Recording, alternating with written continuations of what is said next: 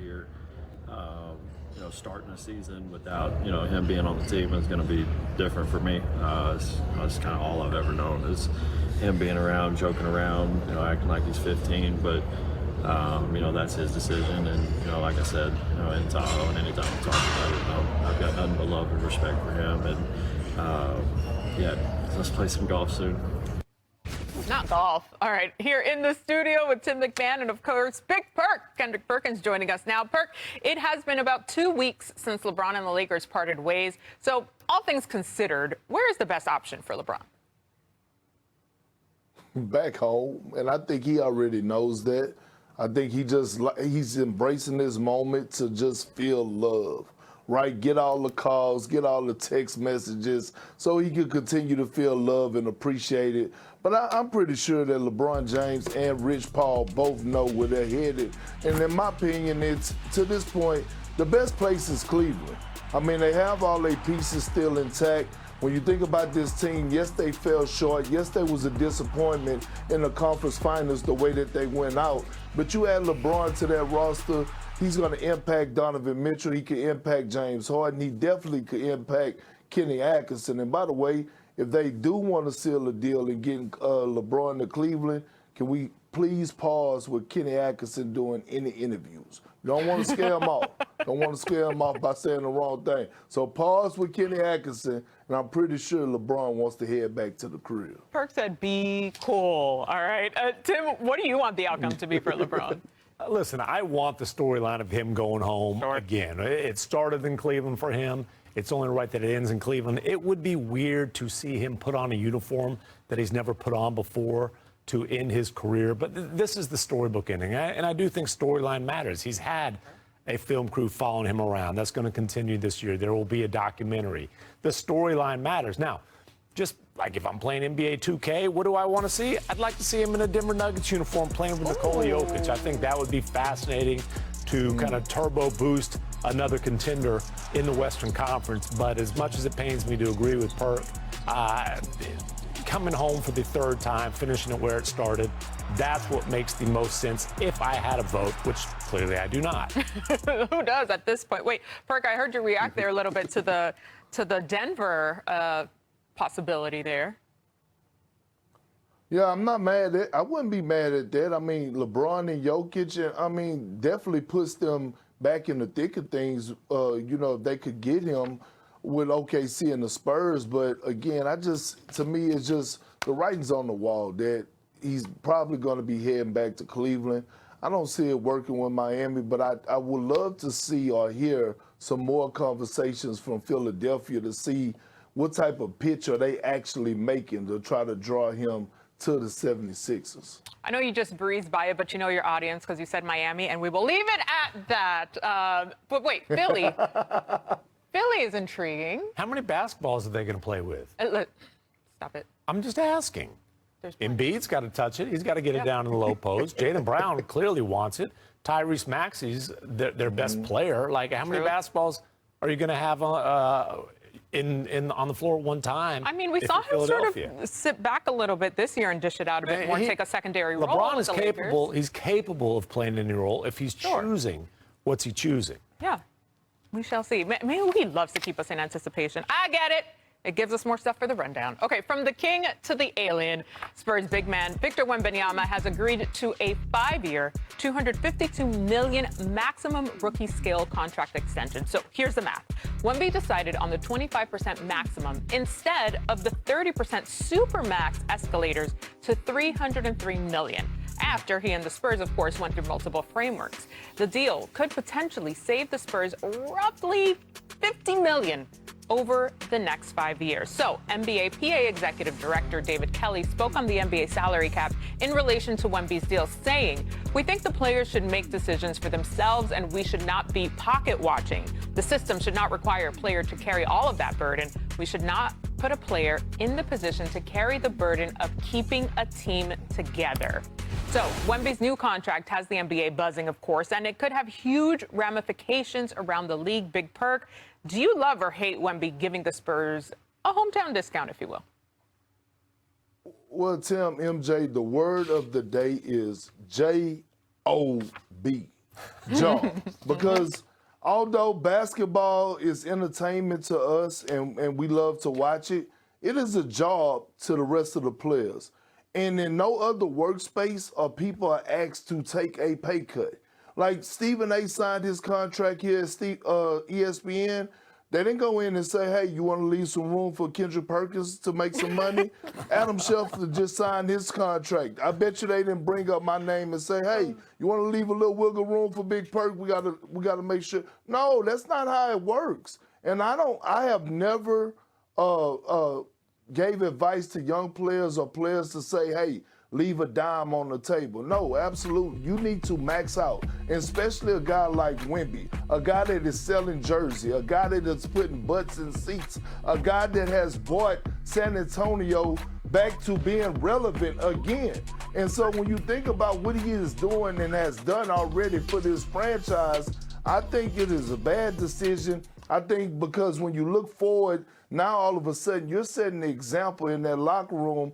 And you know, Tim, you may be able to harp on this a little bit more, but when Dylan Harper, Stephon Castle decide to come up, when it's time for them to come up for their contract, you know, are you saying you want them to take a pay cut as well? Perk, I was just hanging out in your green room, and I was going through the couch cushions. I've damn near found my whole salary in there, so I don't know what you're talking about. Listen, you clearly don't like it, but the word of the day, the word of the career for Wemby is W-I-N, win. And he's putting his money where his mouth is. I don't blame the Players Association for saying this is a bad spot for players to be in. I think the solution is Supermax should not count towards the salary cap, the aprons, the luxury tax. You can max them out, and then the Supermax, they're paid, but it doesn't count towards all that nerdy crap, okay? But it does. That's the system they're under. And Victor Wembanyama just saw Jalen Brunson, similar situation, as different circumstances, but just saw Jalen Brunson take less than he could have gotten on his contract and celebrate a championship on Wemby's home court in San Antonio. And this goes back, I mean, way before the second apron era. Tim Duncan did a similar type of thing throughout his career. Dirk Nowitzki in Dallas. This isn't like it's setting a new precedent. Now, it does set an interesting precedent in that Spurs locker room, but this doesn't mean Stephon Castle has to agree to a similar deal. It doesn't mean Dylan Harper in a couple of years has to agree to a similar deal. It does provide some flexibility to make sure they can maintain a championship caliber supporting cast in San Antonio. And again, Wemby wants to be the best of all time. He wants to fulfill his immense potential. You got to have multiple championships to do that. And so he's doing his part on the floor and, you know, on the payroll to position the Spurs to do that. I'm inclined with Perk's mind frame because one of my many daily affirmations is today's price is not yesterday's price. All right, we have a lot more to come here. The rookies have been putting on a show in Vegas, but King McClure says there's two particular players who stood out in a big way. And what happens in the end, and apparently does not stay there, because Shams with the latest fallout from the Bam and Hero altercation. Plus, a franchise is giving Ja Morant a change of scenery. Is it the move that changes everything for him and the Blazers? More of that, more from Vegas, all coming up. Plus, Caleb Wilson had himself a hell of a debut. We'll be back with more right here. Early games. All right, Perk, what have you seen from the number 2 overall pick? That he's one of the most offensively gifted young men that I've ever seen at this age, and he's going to continue to grow. When you walking bucket, that is him, 3-level scorer. Before the draft, I said that his floor was Bradley Beal and his ceiling was Kobe Bryant. His floor is more like Devin Booker, and his ceiling is Kobe Bryant when it comes to putting the ball in the bucket. Ooh, let's go. Okay, we now welcome in college basketball analyst King McClure, who covered all of these guys last year. King, great to see you. Which rookie has been the most impressive player of the Summer League so far? We got to take it to D.C. You got to talk about my man A.J. DeBronson, because what impressed me the most is when you look at the summer league, a lot of the guys who were in the top 10, they had the opportunity to be able to play, get a few games under their belt, whether that be in California or whether that be in Utah. But A.J. did not have that opportunity. A.J. had to come out day one, biggest stage, him versus Dan Peterson, and go prove that he was worthy of the #1 pick. And he has shown that. I mean, his ability to be able to get to the rim, draw fouls. He hasn't shot the three well, only 1 for 11 in the first 2 games. But his poise off the pick and roll with his size that Tim mentioned, I mean, AJ is looking like he is well-deserved of that #1 pick. Perk, you like what you've seen from AJ? I do, and I like what I see from a lot of the guys in the lottery as well. And I'm gonna take a little shift. I love what I'm seeing from Burries from Milwaukee that was drafted from Arizona. When you talk about one of the most underrated guys in this draft, he has been tearing the summer league up. His shooting splits have been phenomenal. Him being efficient, and so when you think about just how deep this draft is, when you look at what Caleb Wilson, what he did in his first outing, like Tim said, he's not even known for a shooter, but he came out and had 7 3-point shots, 7 made threes. And when you talk about Darian Peterson, like again, offensive talent, like being able to score the ball, I don't know if it's a shot that he made that I seen touch the rim. Like everything is all net all the time. He's great on the ball. He's great off the ball. You can run multiple actions for him, and he's just getting started. Like as he continue to watch film, as he continue to learn how to pick his spots, he's going to be so dangerous offensively. I expect him to come into the league averaging 22 to 25 points in his rookie season. This is going to be one hell of a rookie of the year race. You've got all 4 guys at the top of the draft stepping into featured roles, and they look like they're ready to hit the ground running. Last year, it was Cooper versus Khan. I think this might be a 4-way Rookie of the Year fight for the ages. Ooh, I love that for us. Okay, the Bulls and Jazz play tonight on ESPN. We don't expect Darren Peterson to play since they played yesterday. Caleb is coming off an incredible debut. So, King, want to bring you back in here. How dangerous of a rookie can he be if he shoots at a high clip?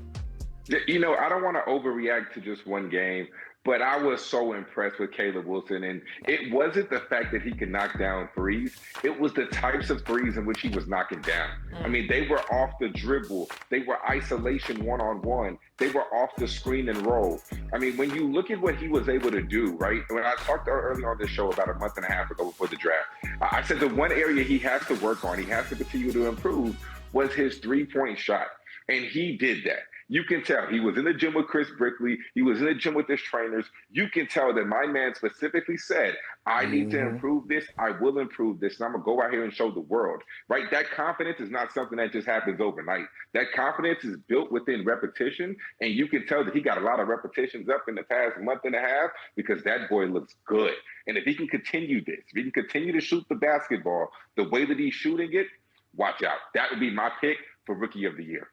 King, before we let you go, what's been the biggest surprise of Summer League to you? You know, I just think how ready a lot of these guys are. And I don't even know if that really comes as a surprise because we know how good they were. But the performances that we're seeing from LeBron Philon, from Abuka Okore, from, like Perk said, Braden Burries. I mean, there are so many guys in this draft class that look like they are physically and mentally ready to compete at this level, and they're dominating like we expected them to. So truthfully, I don't know if that's surprising, Jay. Right. I think it's more of an expectation. But when have we seen this amount of rookies be able to come out from day one in the Summer League and dominate the way that they're doing?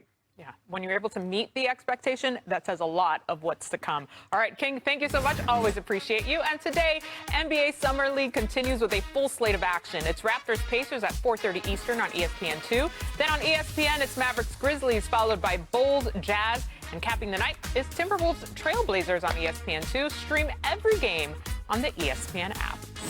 Coming up, what happens in Vegas gets reported by Shams Charania. He has all the Heat guard Tyler Hero got into a physical altercation in Las Vegas on Friday, in which Adebayo struck Hero at a practice court in a Las Vegas hotel. Hero was involved in the trade that sent Giannis to Miami. We now welcome in senior NBA insider Shams Charania. Shams, what happened in Vegas? Because I didn't stay there. So what more can you tell us about this incident and what we should be expecting moving forward? MJ, this all stemmed from Tyler Hero's comments that leaked on social media critiquing Bam Adebayo. And Bam Adebayo on Friday morning at Resorts World Hotel at a practice court approached Tyler Hero about that. And they had a back and forth, and that culminated in Tyler Hero being struck in the face area. Both teams, the Heat and the Bucks, are aware of the situation. There is believed to be surveillance footage available to be reviewed as well, but at this point, no word on any investigation from the NBA. This is believed to be an off-court situation. Tyler Hero not pursuing any legal action as of right now, of course. And Tyler Hero and Bam Adebayo clearly have had some sort of falling out.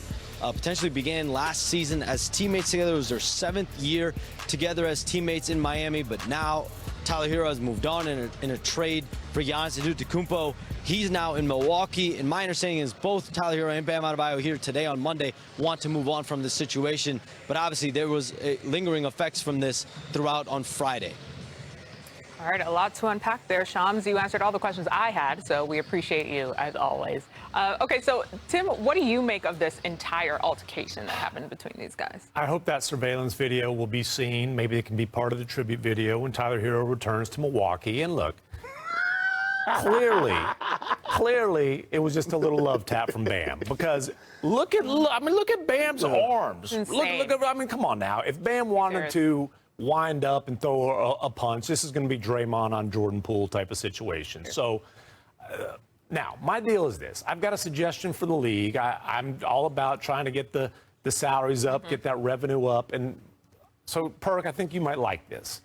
If players got beef, they all go to Vegas during the summer. Let's incorporate it into the halftime shows, okay? If Bam's got beef with Tyler Hero, you challenge him to a boxing match.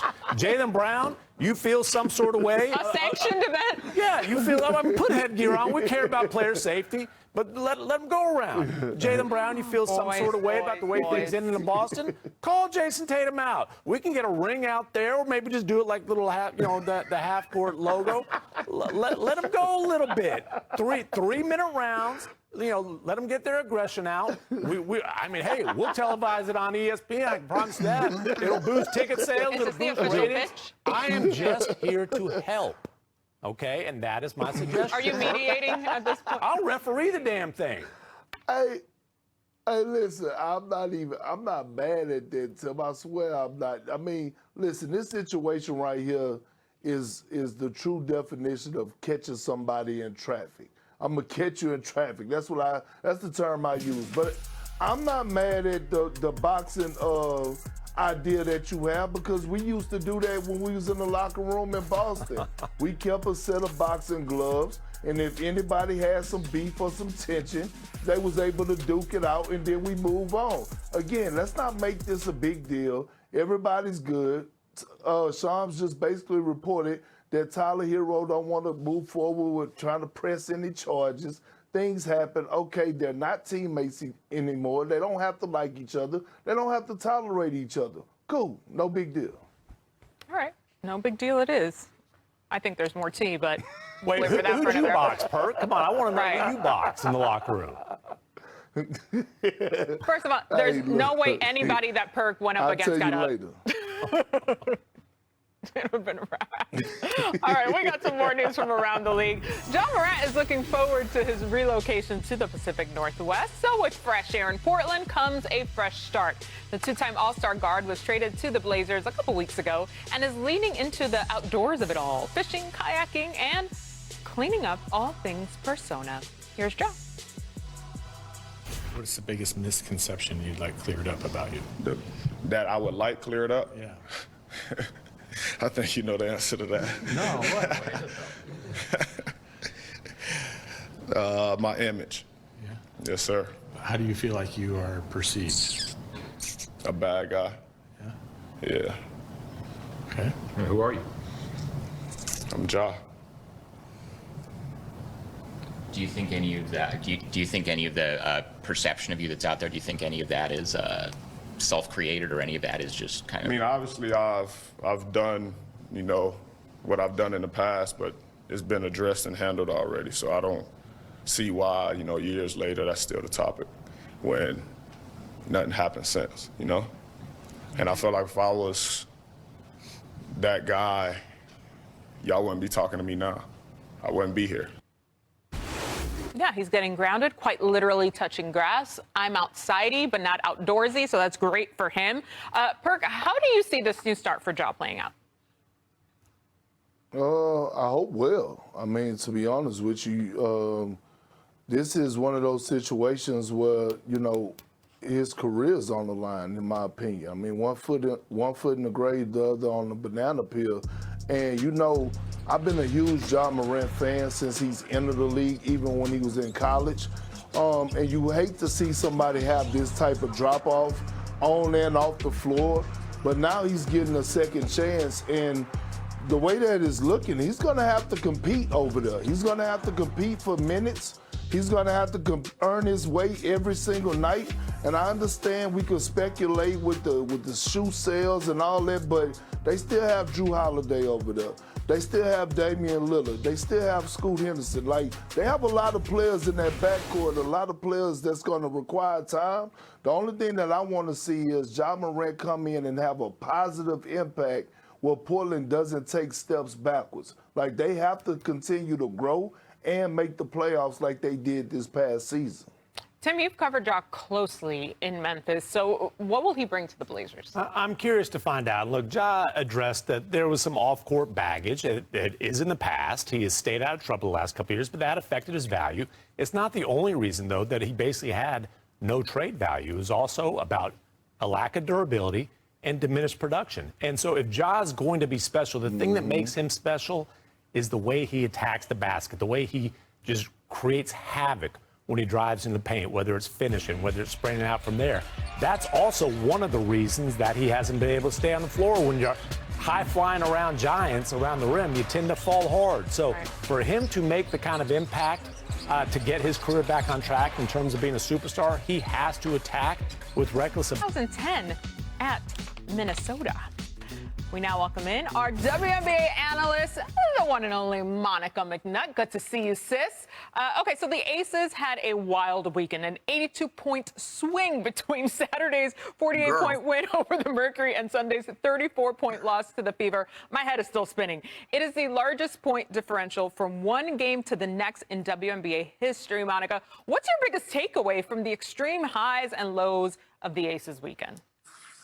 MJ, I'm old enough to remember last year being one who called the Aces out, just accumulating it to fatigue, having been to so many championships, and they figured it out. Now, I think at this point in the season, this group, which retained its veteran core, understands that there are some simple things that they have to clean up. One, they've been turning the ball over way too much, and there's some defensive principles that I think that they have allowed to fall by the wayside just a bit compared to when they're playing their best basketball. I'm not too alarmed. I think part of why these deficits look the way they do in the final score is that Becky Hammond decides she's going to just go ahead and pull her squad as opposed to having them continue to play in a game that is probably a lost contest. I expect the Aces to come out with a measure of intensity and seriousness post All-Star break without question. Yeah, they have to. It's sort of riding the ship on that point. But on the Indiana side of things, a big part of their success this season has been Kelsey Mitchell, who is second behind Asia Wilson in points per game this season. Crazy. What has impressed you most about her this season? How steady she is. I think last year we talked about Kelsey Mitchell in the same way. And literally, when the Fever and Aces met in that 5-game series in the postseason, she left it all out there so much so that her body began cramping at the end of the season. This year, she has done the same. And I loved what our colleagues on the game the other night had to say in terms of her approach to the offseason. I think Holly Rowe was reporting her focus on football-like drills so that her footwork is top tier, so that she can maximize the speed that she plays with as one of the fastest players in the league. And so her ability to be consistent and to have such a great field goal percentage as someone who takes and makes threes, she just is absolutely problematic, very deserving of yet again another All-Star nod. Yeah, impressive all around. And shifting from the desert to the Lone Star today, because we saw Paige Beckers and the Wings increase their win streak to 5 games last night. What do you think has been the key factor for Dallas in keeping the streak going, truly? Listen, I have to give fans credit for the part that they played in voting Jess Shepard as a starter in the upcoming All-Star game in Chicago. Jess Shepard has been phenomenal. Now, you culminate that with Jose Fernandez's new system. Obviously, Paige Beckers takes another step in her career, and AZ Fudd, who's been phenomenal as a rookie as well. They are just stirring this Wings beverage just so, MJ. The versatility of Shepard, though, I believe, combined with the way that that Paige can play, getting down the downfield, in the paint and getting to the rim, the vision that she has, Shepard's willingness to dish to her teammates, also to rebound, but her versatility to me has been at the crux of why this Dallas Wings squad has been so good. But you also could easily shift that responsibility to Paige Beckers and her being able to step up big again this year and lead this team. Yeah, the formula is working seamlessly for them, for sure. Monica McNutt, as always, crushing it. Thank you so much, sis. We appreciate you. All right, so next Sunday on ABC, we'll see Dallas again. The LA Sparks take on the Wings at 1 Eastern with Countdown kicking versus Mavs. Please be so serious. I'm right in the background there, and if you look close enough, I'm probably cracking up. I can't believe he got fouled on the block on one end and reverse dunked on the other end. That makes sense. November 14th, first Warriors in NBA Cup action. Wow. I do that all the time when I'm playing my boys on nerve. Off the glass to himself, Perk is crazy. It's just too much. Exactly. Yeah, that was that sick. one was against G.G. Jackson there, March 25th. Insane. And I think this there one was right a lick here. back. He got his lick back. The one-handed squat. I'm sorry, Tari Eason. Yeah, Disrespectful. you know it's bad Tari when, Eason's mom was when laughing. Mama Eason got a Right, I mean, what else could you do? Now, of course, he's got heart and he's got hustle. Let's go to the All-Star game where he was setting the tone for this year's game. No playing lightly here. Look at that. Not up in here. I love it. He likes the bright lights. Yep. March 6th versus the Clippers. Dubbed as Wemby, the best 30 hours of his basketball life. I love the emotion, too, guys. Let it out, buddy. Let's go to playoffs. Yes. Round 1, Game 5 versus the Trailblazers. Denny Avia. Sorry, sir. He blocked it over the backboard. Come on. That's what he said. Amazing. Round 2, Game 1 against the T-Wolves. Oh, my God. 12 block shots here. The most in a playoff game. Crazy. Yeah, the most since 1973, Perk. Oh. I wasn't even born. Nah, same. Just a That was 7.5-foot crazy. dude pulling up from 30. Casual. With the game on the line Correct. in a conference finals Thank game 1. you. That's what he does. In the Game fourth quarter. 7. Sorry, chat. Oh, Oh, chat. Exactly. that set the tone of that game, too, by the way. 100% Perk. All right, we go to the finals. My God. Game 1. Here's the Frenchman. Buries the 3. Cray. Get it over to him. It's the Just, flex afterwards. I know, the flex was dope. Yeah. Give us a little something. Game 3. We skipped over the end of game 2. His Okay. head is at the rim, guys. And you didn't have to jump that high to get there. No, he barely hopped. That's insane. We're going to reverse a little to game 2. And 1. That's just what he does. I mean, yeah. Gotcha. Look, okay. Frolic. Well, you love the passion, though. I know. It is true. With Wemby taking less money, that means the Spurs would have more money to invest in their roster. Tim, what should they be doing moving forward? More flexibility to invest in the roster. Doesn't give them cap space, but it does give them wiggle room under the second apron and all that. I think it delays any difficult decision on De'Aaron Fox for at least a couple of years. It gives the Spurs the responsibility now of fulfilling their end of the partnership and making sure they're maintaining the championship caliber supporting cast around Wemby, around Stephon Castle, and around Dylan Harper. I don't know that we should assume it sets a precedent that Stephon Castle and Dylan Harper will follow in their negotiations next summer and the summer after that. Just because one guy took a little bit less doesn't mean his teammates have to do the same thing. Yeah, and outside the money and all that stuff, the major thing going into next season is to let Dylan Harper off the leash. Give him the keys to drive the car. It should be pecking order, Wemby, then Dylan Harper. I think he gave us a big enough sample size offensively to show that he's going to be one of them ones, and a special one in the backcourt. Yes, Stephon Castle, he's going to be like that third option guy. I saw Dylan Harper over the weekend in Augusta, Georgia, during the Nike Junior EYBL tournament.